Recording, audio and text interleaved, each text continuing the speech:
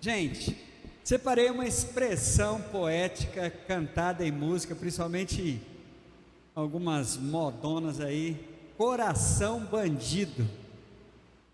Já ouviu essa expressão, né? E ele é mesmo, tá? Eu quero ler esse versículo que separei, que botei no banner hoje e coloquei nas redes sociais. Mas as coisas que saem da boca vêm do coração, e são estas que tornam uma pessoa impura. Olha, irmãos, é bandido ou não é? Essa expressão é dada para esse músculo, né? Que é apenas um músculo, não tem nada a ver com o que realmente acontece conosco, que tudo acontece aqui no cérebro, né?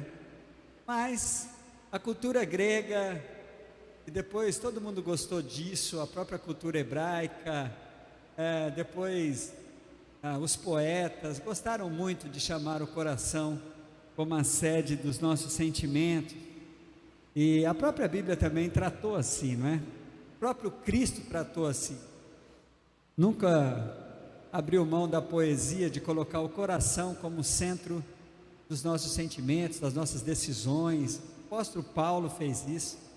Eu quero falar um pouco sobre a expressão que eu coloquei aqui, coração bandido, é porque o coração nos coloca em algumas dificuldades mesmo. Tem hora que a gente gosta daquilo que não deveria gostar, temos paixões, desejos que na verdade não vão nos fazer muito bem, principalmente na relação que precisamos ter com Deus e com as pessoas que precisam que a nossa vida com Deus esteja bem equilibrada.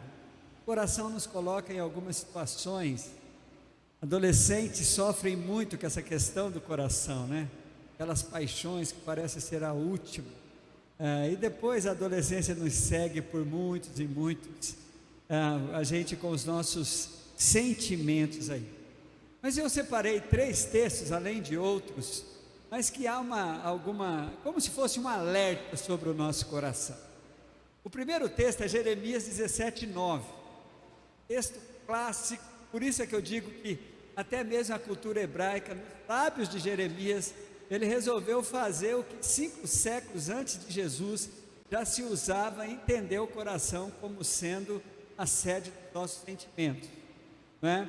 Jeremias também faz isso. Olha as expressões que Jeremias usa, irmãos, no capítulo 17, versículo 9, ele diz assim, ó: enganoso é o coração, mais do que todas as coisas. Algumas Bíblias vão dizer assim, desesperadamente corrupto.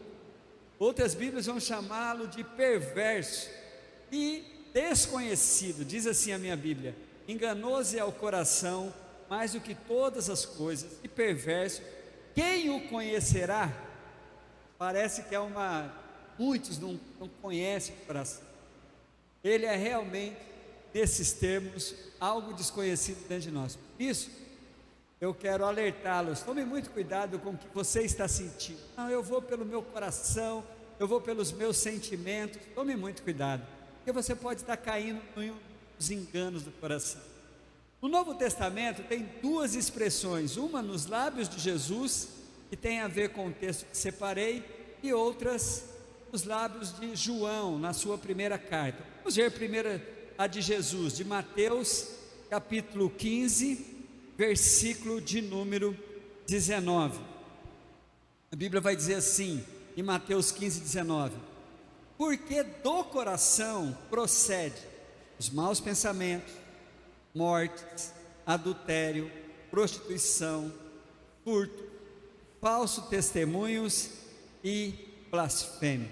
E Jesus vai dizer então que é isso que vai contaminar o ser humano, né?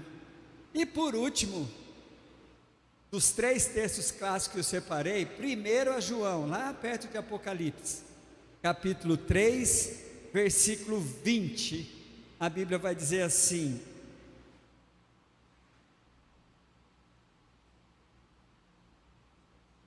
sabendo que, se o nosso coração nos condena, maior é Deus do que o nosso coração e conhece todas as coisas. Se eu puder separar 3 palavras ou 3 expressões dos 3 textos, o primeiro é enganoso. A segunda expressão que eu usaria para Mateus 15:19 é celeiro de maldade, ou então um armazém de maldade, né? Um quartinho de maldade. E a última expressão que eu separaria é exatamente esta que tem no texto: acusador. Mas para a gente não queimar de uma vez por todo o nosso coração, esse coração bandido que de vez em quando nos coloca em situações difíceis, nos faz gostar daquilo que não deveríamos e nos faz muitas vezes não gostar daquilo que devíamos gostar.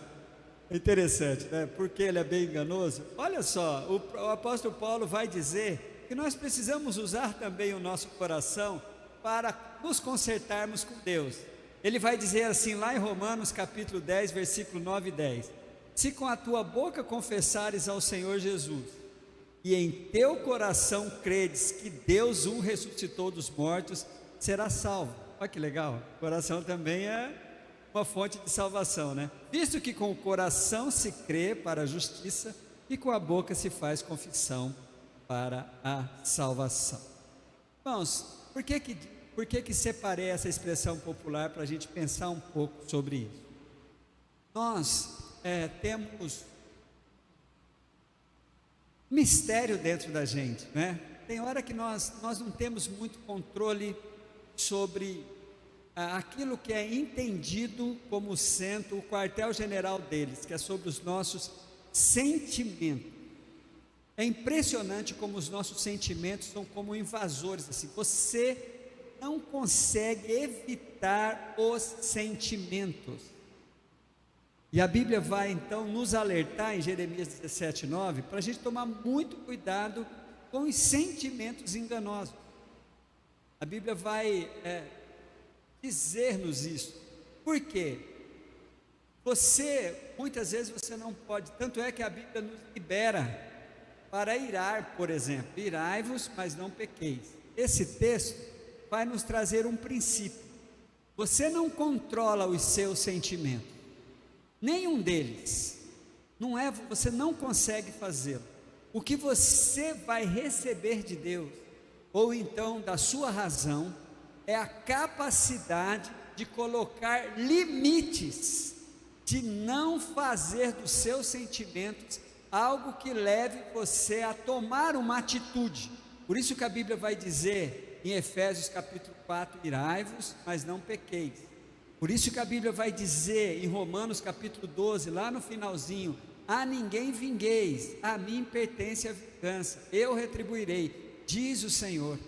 Então é interessante como nós somos então desafiados a, primeiro, relaxe com os seus sentimentos. Relaxe. Você não tem controle sobre ele. Não tem, gente.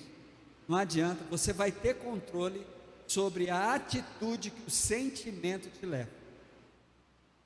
Posso chegar, vou usar o exemplo do Serginho aqui, posso chegar e ofender o Serginho com alguma palavra ruim. O Serginho vai sentir raiva de mim.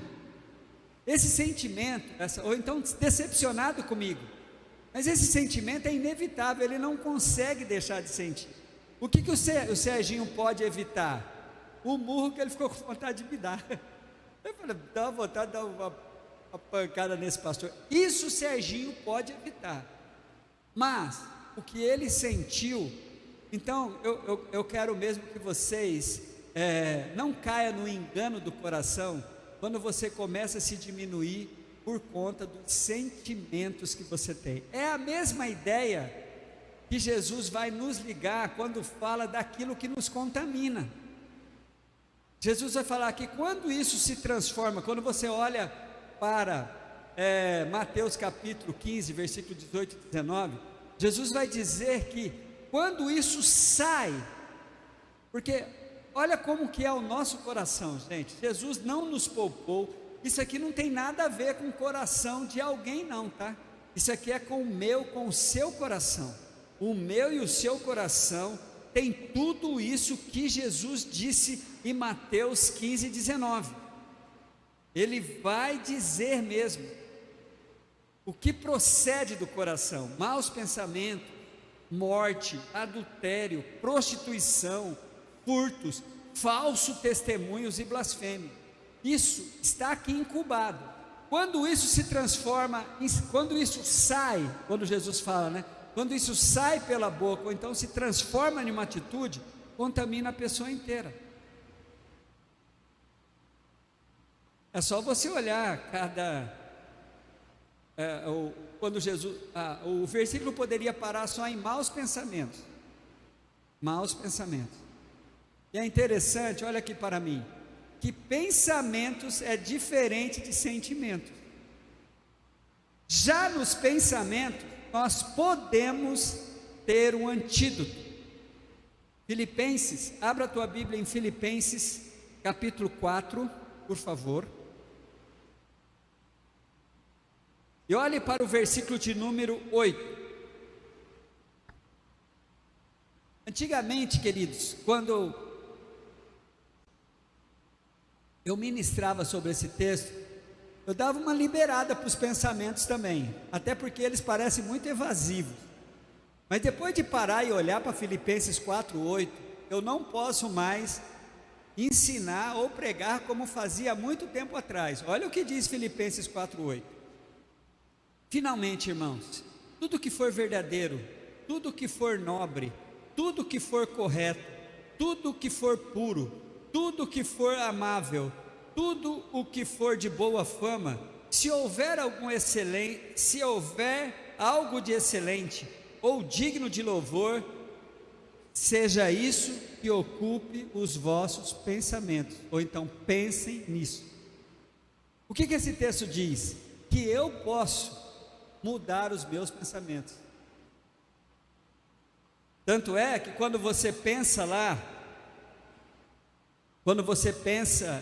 em Mateus 15:19, a gente pode então entender que do coração pode proceder bons pensamentos. Em vez de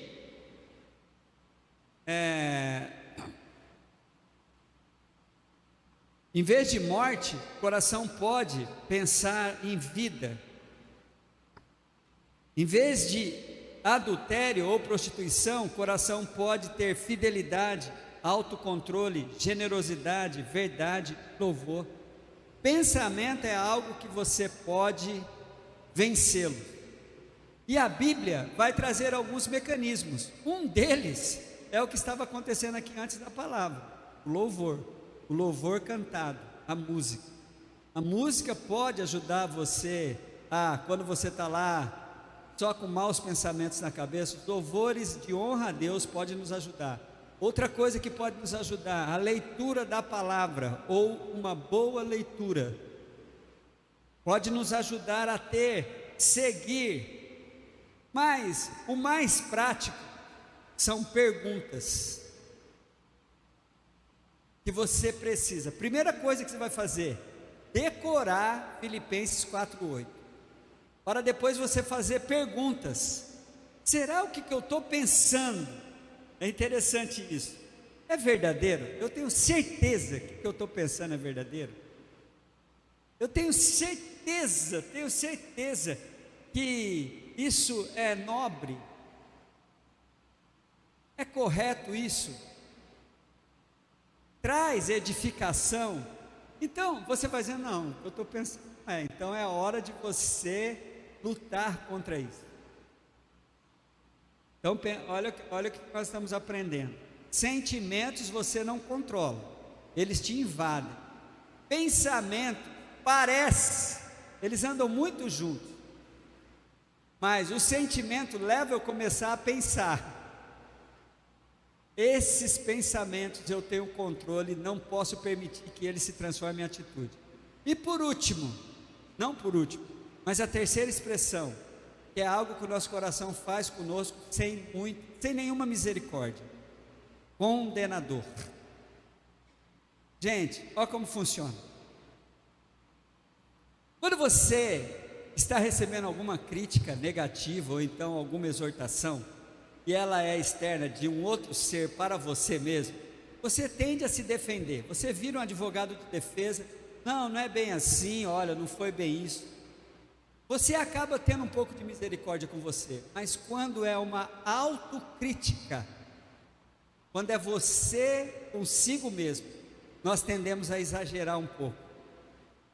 Nós somos um pouco, nós esquecemos que precisamos amar a nós mesmos. Sabe por quê? Você sabe o quanto você pisou na bola. Você sabe o quanto você teve maus pensamentos.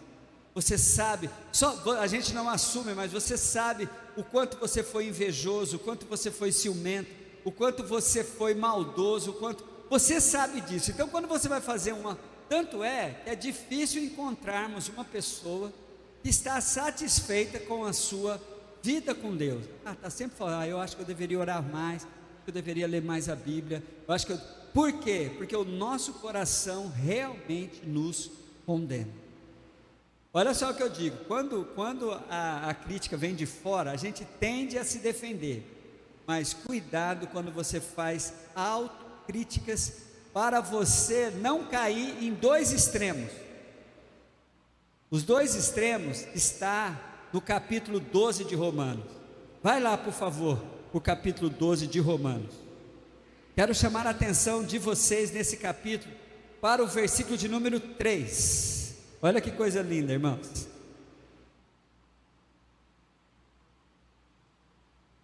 Por isso, olha o que diz Romanos 12, 3. Por isso, pela graça que me foi dada, digo a todos vocês: ninguém tenha de si mesmo um conceito mais elevado do que deve ter. Esse é um extremo, o mais, e também nem menos elevado. Nem menos elevado. Pastor, o que eu faço então? Porque quando eu estou sozinho e vou fazer autocrítica, eu acabo comigo. Quando vem me atacar, vem me acusar, eu costumo me defender, mas eu mesmo não tenho muita misericórdia comigo, não. Queridos, nós precisamos então de um parâmetro, para que eu não confie nos meus sentimentos, para que eu não confie no meu coração, para que eu ache esse ponto de equilíbrio de Romanos 12, 3, que não é nem você pensar a mais, mas também nem a menos, é você ter um equilíbrio aí. Qual que é o parâmetro? Deus. Qual que é o parâmetro? A palavra de Deus. E qual é o que Deus fala? Qual é a garantia que Deus me dá? Aí eu quero apelar de novo para os dois textos, tanto o primeiro quanto o último, que parece que os dois estavam tendo o mesmo raciocínio. Olhe para Jeremias 17:10. Vai lá para Jeremias 17:10. A Bíblia vai dizer assim, ó: eu, o Senhor, esquadrinho o coração, eu, o Senhor, provo os pensamentos. O Senhor sabe. O Senhor sabe. Agora olhe para 1 João, capítulo 3, final do versículo 20. 1 João, capítulo 3,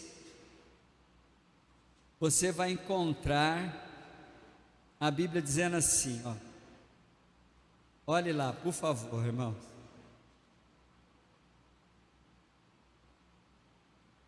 Quando o nosso coração nos condenar, porque Deus é maior do que o nosso coração, amém? E conhece todas as coisas. Para você não confiar nos seus sentimentos, para você não tomar atitudes, um dos conselhos que o pastor Roque dá para qualquer pessoa, e algo que ele praticou na vida dele, falou assim, ó, não tome nenhuma decisão quando você estiver muito emocionado. Não é isso que você fala para a gente? Na hora do desespero, fica quieto, não fala nada, não decida nada, se retire, vai embora, depois você para e pensa. O pastor Roque dá um desses conselhos sempre para a gente, sempre. Ele falou assim, ó, não faça nada quando você estiver muito emocionado, muito emocionado. Então, gente, qual que é o parâmetro? Confiar em quem nos conhece. Você não... O salmista, eu acho tão legal que o salmista deixa O Salmo 19 é muito revelador. Olha como o salmista abre o coração no Salmo 19. Ele é muito esperto. Deve ser Davi. Eu acho que o Salmo 19 foi escrito por Davi. Eu não olhei aí. Alguém olha para mim se foi Davi que escreveu? Foi Davi, é compreensível, porque Davi não dava ponto sem nó. Não é um salmo de Davi? Vamos, irmãos, acha logo o 19, fala para mim. É? Então é. É um salmo de Davi. Olha o que Davi diz no versículo 12. Quem pode discernir os próprios erros? Ninguém. Tem hora que você está assim, ó, sinceramente errado. Tem hora que nós não temos noção, irmão. Quem pode discernir? Sabe o que Davi faz? Davi é muito legal. Absolve-me, ele pedindo para Deus. Absolve-me daqueles que eu desconheço, que eu não sei que eu errei. Ele já pede perdão para Deus por aquilo que ele não tem nem consciência. Isso é muito legal. Isso é que é a confiança em Deus. Ó, Deus que conhece o teu coração, sabe de todas as coisas. Um Deus que vai nos dar a capacidade de colocarmos equilíbrio, nos dando capacidade para que eu possa rechaçar os meus maus pensamentos, colocar o domínio com a força do Espírito Santo sobre os meus maus sentimentos. Aí Davi vem e fala: como é que a gente vai acertar com Deus isso? Eu acho muito linda essa expressão de Davi. Quem pode discernir os próprios erros? Ela é uma pergunta que ele faz. Absolve do que eu desconheço. Aí no versículo 13 ele fala assim: também guarda o teu servo dos pecados intencionais, daqueles que eu faço mesmo, de raiva, faço, não deixa, ele vai dizer assim, ó, que eles não me dominem, que eles não me dominem. Porque tem hora, gente, que a gente a gente faz a coisa na força da raiva. A gente tomamos atitudes ruins assim mesmo, a gente se vinga, a gente não retribui o mal com o mal, a gente faz coisas erradas. Aí o Davi pede para Deus assim: primeiro, me absolve daquele que eu não tenho consciência. Dos que eu tenho consciência, por favor, Deus, me ajude, para que eles não me dominem. Então, gente, não acredite no seu coração. Cuidado com as decisões que você toma em cima do seu sentimento. Você pode estar sendo vítima de um bandido, que é o teu coração. Essas expressões da música popular brasileira, e algumas músicas aparecem, algumas poesias aparecem, é realmente uma realidade quando a fonte das suas decisões são apenas o seu sentimento. Busque a orientação de Deus.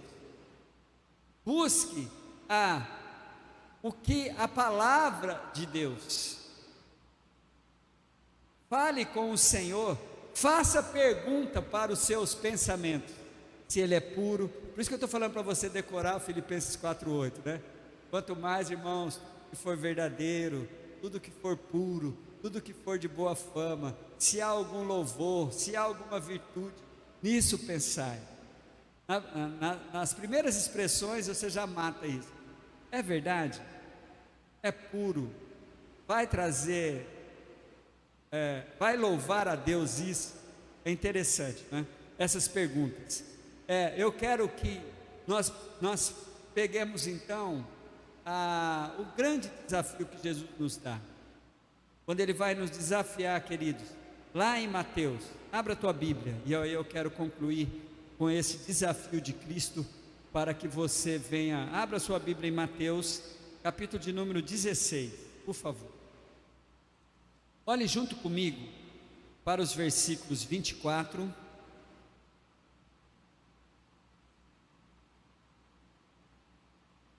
e 25.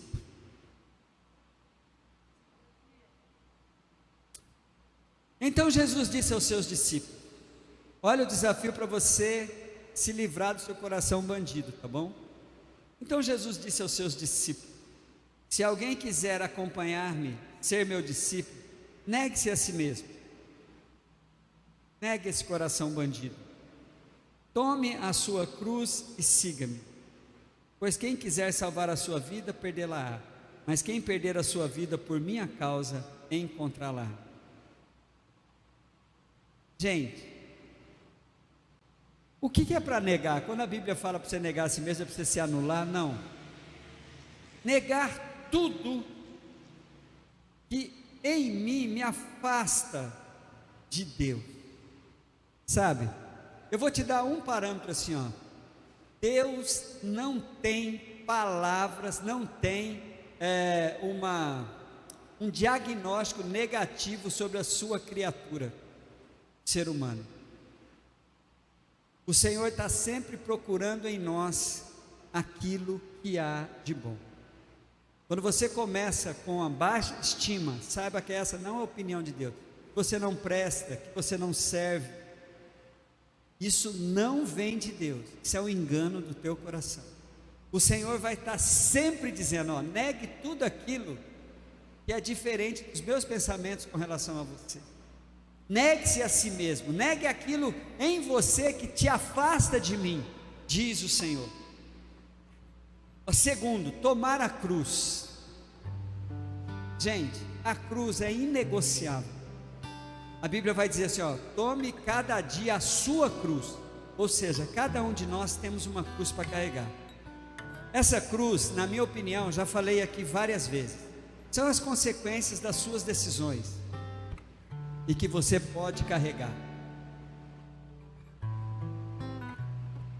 Os erros, as decisões que se transformaram em um peso na sua vida, responsabilidades que você precisa carregar para o resto da vida, por ser quem você é, ter feito o que você fez, decidir o que você decidiu.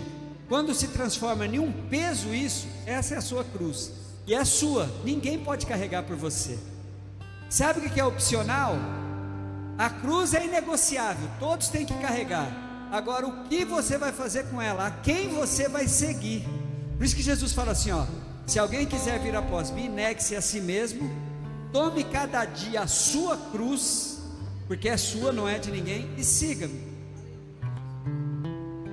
Pegar toda a minha vida, todas as consequências da minha vida e seguir a Jesus, confiar que Ele vai me ajudar a carregar a minha cruz e tirar de sobre mim todo o peso que eu não aguento carregar, me perdoar de todos os meus pecados, conforme o salmista pede, me perdoe dos pecados, daqueles que faço intencionalmente e daqueles que faço sem nem saber que estou fazendo, me absolve de todos.